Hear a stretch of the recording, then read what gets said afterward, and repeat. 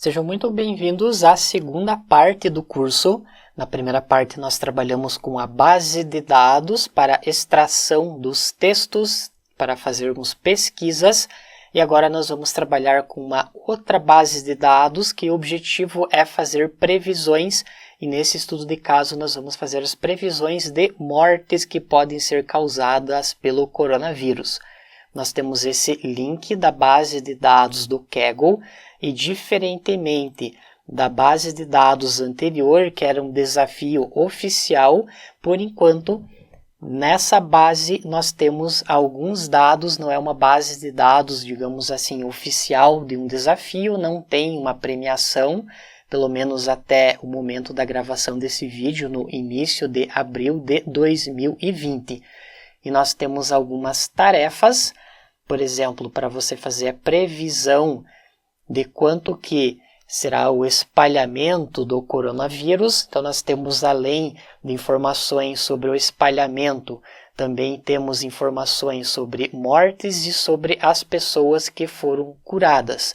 Previsão de como que a epidemia vai terminar, correlações entre alguns dados sobre os países e também correlações sobre os fatores climáticos.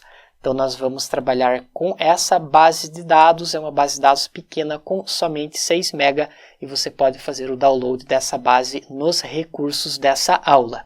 A primeira parte que nós vamos fazer é a importação das bibliotecas, o NumPy, Matplotlib para a geração de gráficos, Pandas para carregarmos a base de dados.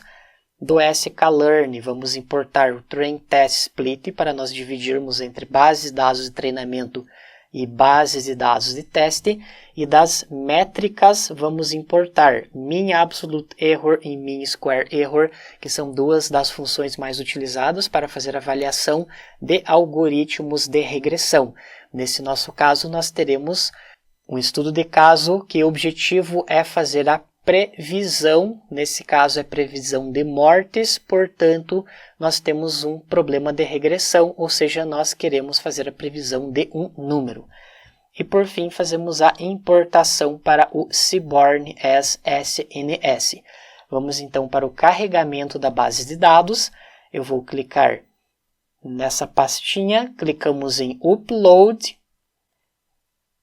Eu já tenho esse arquivo descompactado, o Novel Coronavirus 2019. Então, nós podemos pegar todos esses arquivos, não são todos eles que nós vamos utilizar. Clicamos em Abrir e ele vai fazer o carregamento de todos esses arquivos para o nosso ambiente do Google Colab. Assim que ele terminar de fazer o carregamento, já vamos dar início à exploração desses arquivos. Primeiramente, nós vamos trabalhar com esses arquivos que nós temos o COVID. Então, temos basicamente esse COVID, esse line list, open line list, e aqui temos a ideia de fazer previsão de séries temporais, das mortes, dos casos confirmados e também dos casos de pessoas que se recuperaram. Então, vamos primeiramente fazer para o COVID-19, vamos criar essa variável COVID que vai receber pd.readcsv e aqui vamos colocar o nome do arquivo, que é o covid-19-data.csv. Executamos. Perceba que não foi gerado nenhum erro, então quer dizer que esse arquivo ele foi carregado. Vamos visualizar o shape. Temos um total de 9.117 registros e 8 colunas. E agora vamos observar algumas dessas colunas. Covid.head, ele vai mostrar os primeiros registros. Temos o identificador, observation date, ele está no formato de mês, dia e ano. Por exemplo, observação no dia 22/1/2020. Tem a província ou estado, país ou região, última atualização, e ele vai indicar o número de casos confirmados, número de mortes e número de pessoas que se recuperaram. E nessa primeira parte de exploração das bases de dados, nós vamos analisar algumas dessas bases de dados e gerar alguns gráficos, depois que nós vamos passar para a parte das previsões. Podemos também criar um data frame somente para o Brasil. Aqui nós temos o país ou a região, são dados da China. Vamos criar o DF Brasil, que vai receber COVID. Aqui vamos fazer um filtro, colocando o COVID, e vamos buscar o campo Country / Region, e aqui fazemos um igual a Brasil, e já vamos visualizar o DF Brasil.shape, para verificar quantos registros que ele trouxe. Então temos somente 31 registros desses 9.117. Isso acontece pelo fato de que, como no Brasil atualmente, no início de abril, a epidemia ou a pandemia está ainda na parte inicial, então ainda nós não temos tantos dados disponíveis. Se você acessar essa base de dados novamente, do desafio do Kaggle, tentar fazer o download em outro momento, provavelmente você terá mais do que esses 31 registros. Vamos agora observar esses valores. DF Brasil.head, aqui eu vou colocar 31 para nós visualizarmos todos esses registros.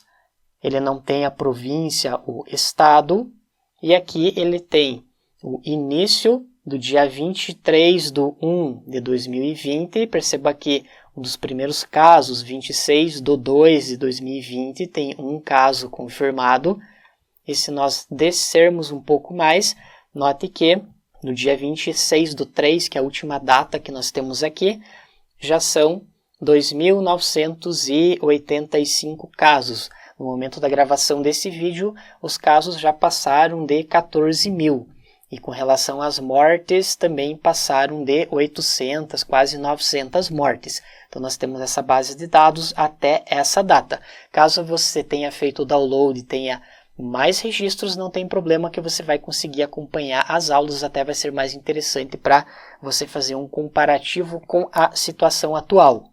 Vamos agora fazer a geração de um gráfico do Seaborn SNS.lineplot. Vamos buscar do DF Brasil e vamos colocar na primeira coluna o Observation Date, ou seja, a data.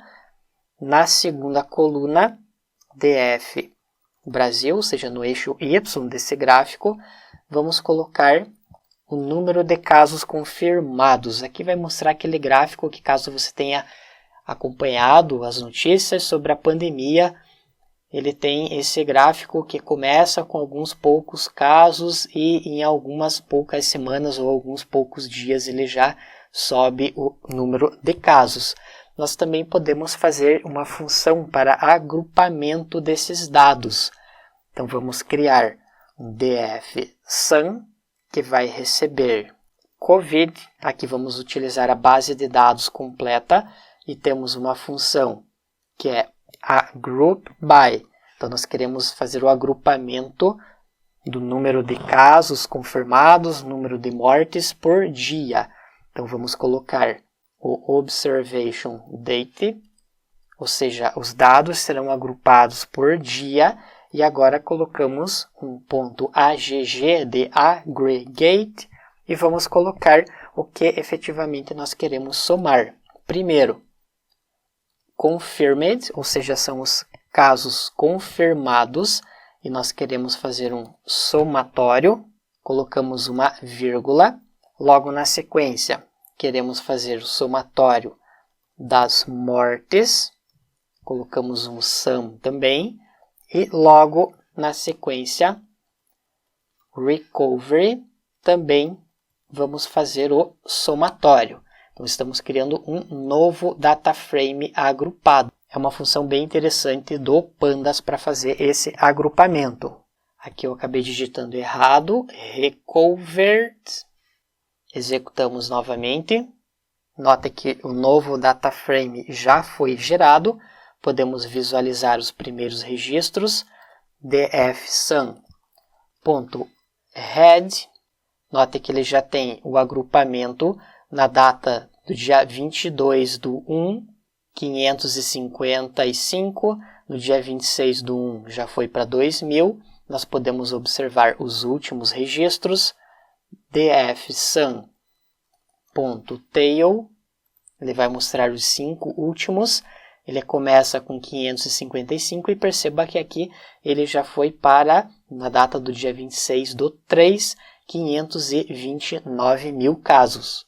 E por fim, vamos gerar mais um gráfico que vai mostrar um comparativo dos casos confirmados, das mortes e dos recuperados.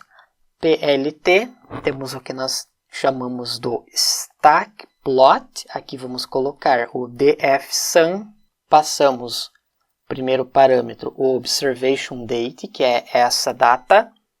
Logo na sequência, vamos passar o dfsum, os casos confirmados, vírgula, dfsum, as mortes, vírgula, dfsum, os recovered, ou seja, os recuperados. Logo depois podemos passar os labels e vamos colocar também no formato de lista, confirmed, as mortes e os recuperados. Vamos adicionar uma legenda, plt.legend, a localização dessa legenda, eu vou indicar upper left, no canto superior esquerdo da janela. Foi gerado um erro de chave com esse valor observation date.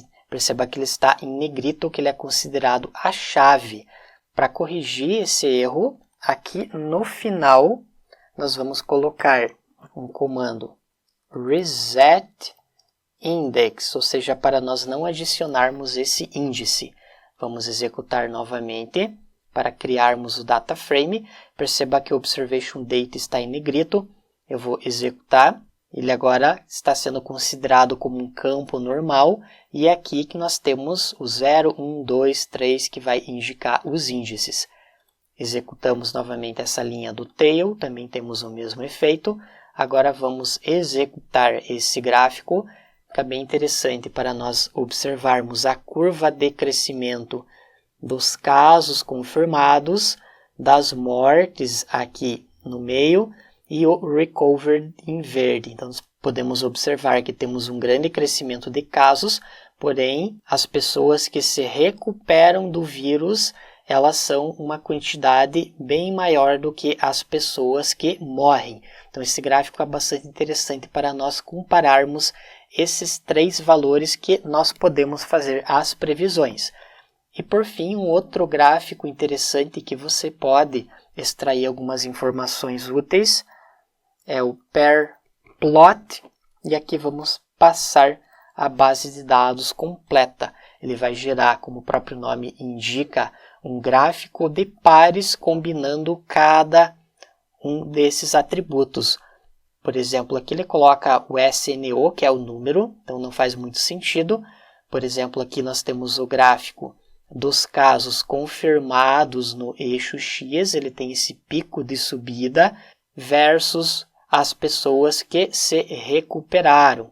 Aqui tem as pessoas que se recuperaram versus pessoas que morrem. Por exemplo, no eixo X nós temos as pessoas que morrem, no eixo Y as pessoas recuperadas. Então nós podemos observar que a curva é muito maior.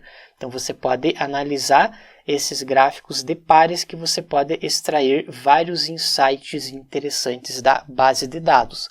Com isso fechamos essa primeira parte da exploração dessa base de dados e na próxima aula vamos trabalhar com a segunda dessas bases de dados e analisar o que nós temos de informação. Obrigado e até lá!